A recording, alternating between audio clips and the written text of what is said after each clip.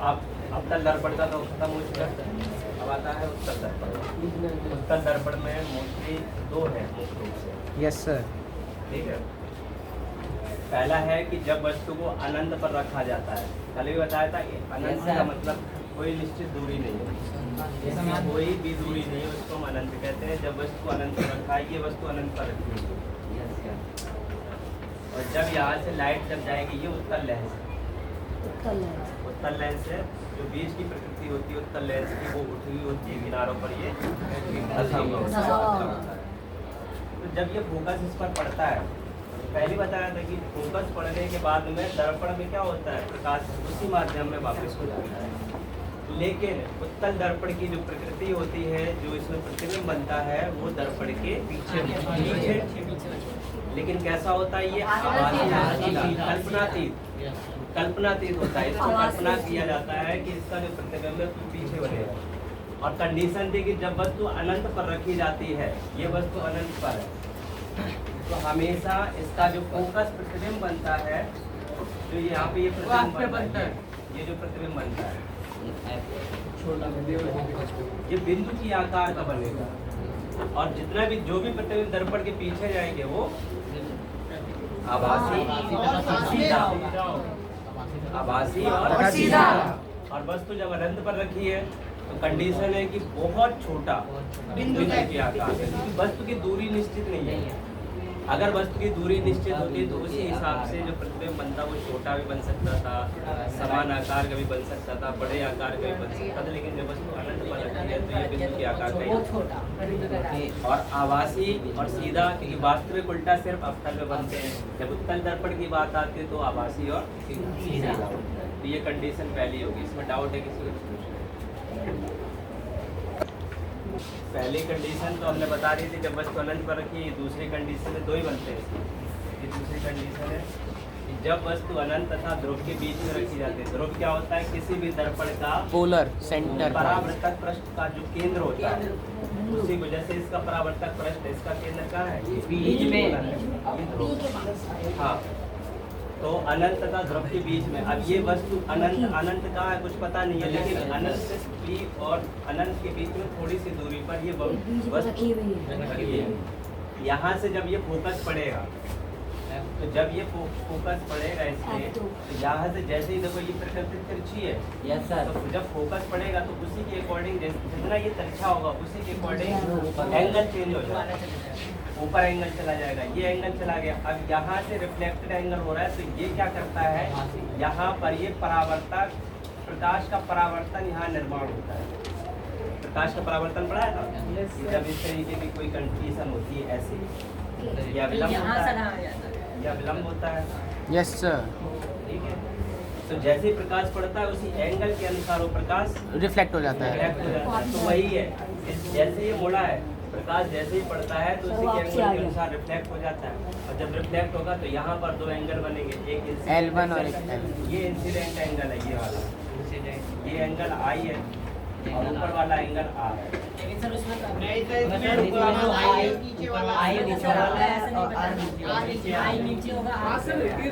देखो ये किरण जा रही है, जो किरण जाएगी और रिफ्लेक्ट होने के बाद जो एंगल बनाएगी, तो जो जिस आने वाली किरण से जो एंगल बनता है, वही तो इंसिडेंट एंगल होगा, आगत कोण। और जब टकराने के बाद में जब निकलेगी, तो टकराने के बाद में जो एंगल बनेगा, वो रिफ्लेक्टेड एंगल होगा। उसमें गलत दिया है ना, वही बता रहा हूँ। तो ये एंगल आई है और ये एंगल आ रहा है। अब ये रेखा को हम इमेजिन करेंगे कि आगे तक कहाँ जा सकती है। ये सीधी यहाँ पर जाने के बाद में जब ये इस पे पड़ेगी, इसकी जो चाल है वो स्लो हो जाएगी। स्लो होने के बाद में ये उस हिसाब से, क्योंकि एंगल है, ये एंगल में जैसे प्रवेश करेगी, तो बाहर इधर वाला जो एंगल है, इस साइड वाला जब एंगल, जब यहाँ से पड़ेगी किरण, तो जब यहाँ से जो निकलेगी तो उसकी चाल स्लो हो जाएगी, इस चाल पे नहीं जाएगी, क्योंकि माध्यम चेंज हो गया। ये जो माध्यम दो प्रकार के होते हैं, लेकिन सर ये गैस माध्यम, एक कर रहे हैं। लेकिन सर ये बाधित है, तो ये आर पार कैसे जा रही है प्रकाश? बाधित से तो उस साइड आर पार जा रही नहीं है, आर पार कल्पना की जा रही है। कल्पना कर रहे हैं, उत्तल दर्पण में कल्पना करते हैं कि इसका प्रतिबिंब यहाँ पर बनेगा। वरना सर इसको अगर वैसे देखें तो इस तरीके से जाए तो रिफ्लेक्ट होकर ऐसे आएगी। क्योंकि ये देखो ये खाली स्पेस है, तो खाली स्पेस में सीधी ऐसे जाएगी। समझ लो, जब बाइक लेके जाते हो सड़क बिल्कुल खाली होती है तो फिर बाइक 80-90 की स्पीड में दौड़ती है, और जब ट्रैफिक होता है तो बाइक को उसी के हिसाब से चलना पड़ता है। स्लो करना पड़ता है। तो ये जब माध्यम ये खाली है, किरण तो वैसे भी प्रकाश जो होगा उसकी सुधाई होगी, लेकिन जैसे ये शीशे का माध्यम आएगा, अब ये शीशे में प्रवेश करेगी तो जो शीशा है वो तो बिल्कुल वैक्यूम तो है नहीं, और ना ही इस माध्यम की इक्वल है। तो ये जो माध्यम है शीशा तो कणों से मिलकर बना हुआ है, जब उसमें प्रवेश करेगी तो ऑटोमेटिक चाल स्लो हो वो तो जाएगी। इधर उधर रिफ्लेक्ट होगी फिर कट। हाँ, तो इसलिए तो जैसे ही इसमें यहाँ से ये निकलेगी तो इसका एंगल चेंज हो जाएगा। तो ये कहाँ काटेगी जा करके? सेंटर पे काटेगी, और ये अभिलंब जो है ये भी जाकर सेंटर पे काटेगा। यहाँ से एक जो प्रकाश रिफ्लेक्ट होगी ये सीधा जाकर ये भी एंगल पे काटेगा। तो ये जो है रिफ्लेक्टेड एंगल, ये रिफ्लेक्टेड एंगल, ये और इससे जो रिफ्लेक्टर, इससे जो किरण निकलेगी, ये दोनों जहाँ काटेंगे, ये वाली किरण और ये वाली, वहीं पे जाकर प्रतिबिंब। पी और एफ के बीच में काट लो, केंद्र पे। ये एफ है, एफ और पी के बीच में जो वस्तु रखी है वो अनंत और पी के बीच में रखी है, अनंत और पी के बीच में रखी है। तो रिफ्लेक्टेड एंगल कहाँ बनेगा? पी और एफ के बीच में, पी और एफ के बीच में तो सब छोटा साइज। इसमें डाउट है किसी को? तो सर वो वाला कौन सा वो है? रिफ्लेक्टेड वो एंगल रिफ्लेक्ट नहीं हो रहा। हाँ वही। ये जरूरी नहीं कि एक ही लाइन में जाकर प्रकाश हो। प्रकाश जब पड़ेगा तो जब जाएगा तो फिर यहाँ से भी जा सकता है, यहाँ से भी जा सकता है, इधर से भी जा सकता है, कहीं भी कटेगा। लेकिन हमारी जो प्रतिबिंब बनेगा वो यहाँ सीधा जब बनेगा तो प्रकाश, हम इसी प्रकाश को लेंगे। प्रकाश तो यहाँ भी पड़ जाएगा, यहाँ भी पड़ेगा। जब शीशे पे प्रकाश पड़ेगा तो पूरे शीशे पे पड़ेगा, पूरे दर्पण पे पड़ेगा। लेकिन पूरे दर्पण पे पड़ने का मतलब हर जगह थोड़ी ना प्रतिबिंब बनेगा। प्रतिबिंब जहाँ बनेगा उसी की तो इमेज हम बनाएंगे। तो जैसे ही प्रकाश जहाँ से यहाँ पर इस पे पड़ता है, पड़ने के बाद में, और ये भी प्रकाश जब पड़ता है तो ये दोनों, ये और ये वाला जो प्रकाश है, ये वाला और ये परावर्तक, ये जहाँ काटते हैं आपस में, वो प्रतिबिंब बनता है छोटे साइज का। छोटे साइज रिफ्लेक्टेड एंगल साइंस में मतलब वैसे हिंदी में क्या कहते हैं? परावर्तक किरण, अपवर्तन, परावर्तन, परावर्तन, रिफ्लेक्शन, रिफ्लेक्टेड होता है परावर्तन, परावर्तित कोण। ये परावर्तन कोण है, ये तो है रिफ्लेक्टेड एंगल, और ये इंसिडेंट एंगल है। एक होता है रिफ्लेक्शन, वो होता है अपवर्तन। रिफ्लेक्शन और रिफ्रैक्शन, दो कंडीशन होती है। रिफ्लेक्शन है परावर्तन और रिफ्लेक्शन है अपवर्तन। वो भी अभी पढ़ेंगे, आगे आएगा तो उसके बारे में। एक शीशा लगा होता है, वैसे पीछे देखो, गाड़ी तो नहीं आ रही। तो वो जो शीशा होता है, साइड वो मिरर। उत्तल दर्पण का होता है, साइड मिरर। उसको कहते हैं, क्या कहते हैं? Side mirror. साइड मिरर को सर साइड मिरर ही कहते हैं। नहीं, कुछ कहते हैं। बगल वाला दर्पण। कुछ भी हो, बहरहाल ये है साइड मिरर लिखी बस सर पता चल गया। साइड मिरर, यानी कि जो ड्राइवर होता है, चालक, जो चलाता है, अपने पीछे, देखने के लिए साइड मिरर हाँ, अपने पीछे आने वाले वाहनों को देखने के लिए। वो सर चीज़ों को अपने से ज़्यादा पास दिखाता है। नहीं दूर दिखाता, छोटा दिखाता है क्योंकि ज़्यादा से ज़्यादा चीज़ें पीछे की दिखे। इसमें वार्निंग भी लिखी रहती है। लेकिन मैंने एक पे पढ़ा था कि वो वस्तुओं को ज़्यादा पास दिखाएगा कैसे होंगी। साइड मिरर होता है चालक अपने पीछे आने वाले वाहनों को देखने के लिए सीधा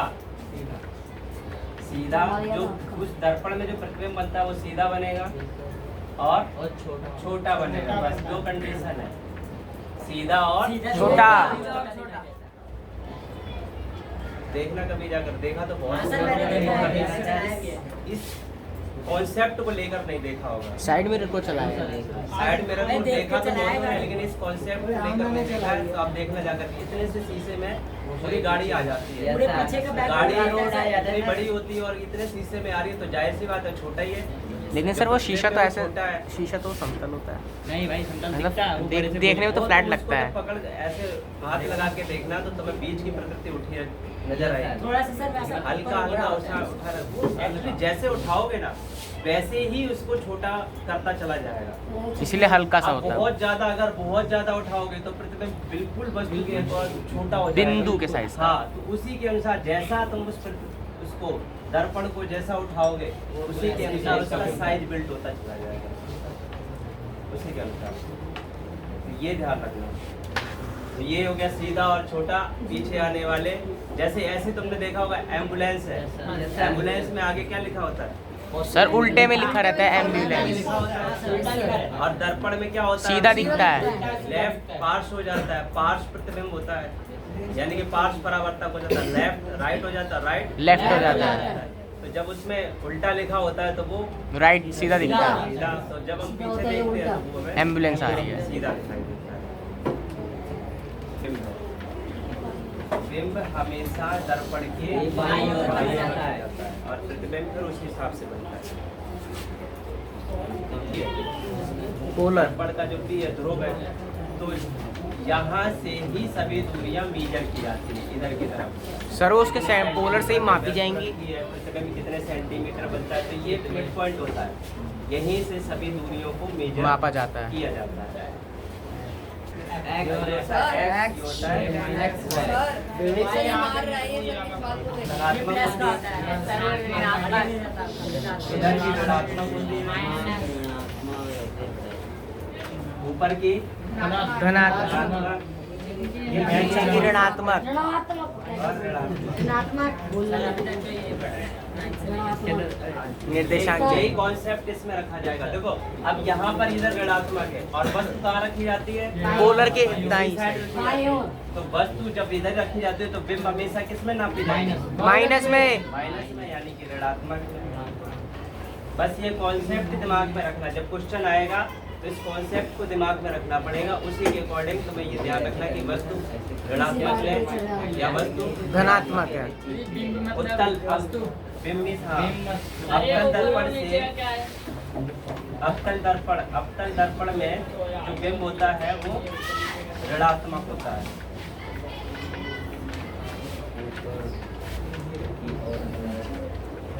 अवतल दर्पण में बिंब ऋणात्मक होता है, लेकिन उत्तल दर्पण में धनात्मक होता है। हमेशा ऋणात्मक क्यों होती है, कौन बताएगा? दर्पण की फोकस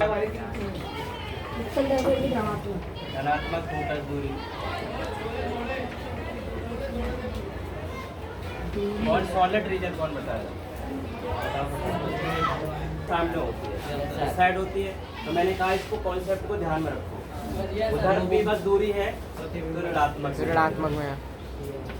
इसकी आगे समझ में। उत्तल दर्पण में क्या होता है, इसका उल्टा प्लस में जाता है। Yes sir. इसकी फोकस दूरी दर्पण के पीछे जाती है। इसको कॉन्सेप्ट को दिमाग में रखोगे तो दर्पण के पीछे, तो फोकस दूरी इसकी प्लस में। कितना है?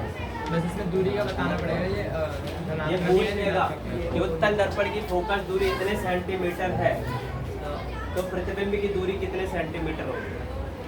या ऐसे भी कह सकता है कि उत्तल दर्पण की फोकस दूरी इतनी सेंटीमीटर है तो इसकी वक्रता त्रिज्या बताओ। वक्रता त्रिज्या R बराबर 2F। Yes sir. अगर उत्तल दर्पण की वक्रता त्रिज्या है तो उसकी फोकस दूरी धनात्मक में आएगी, अगर अवतल दर्पण की है तो ये बस कॉन्सेप्ट दिमाग में। सर इस एक प्लस माइनस के साइन से गलत हो सकता है। इसका फॉर्मूला जो था वो बराबर 2F, ये पढ़ाया था ना सर? Yes sir. बस इसी से क्वेश्चन वो बना लेगा।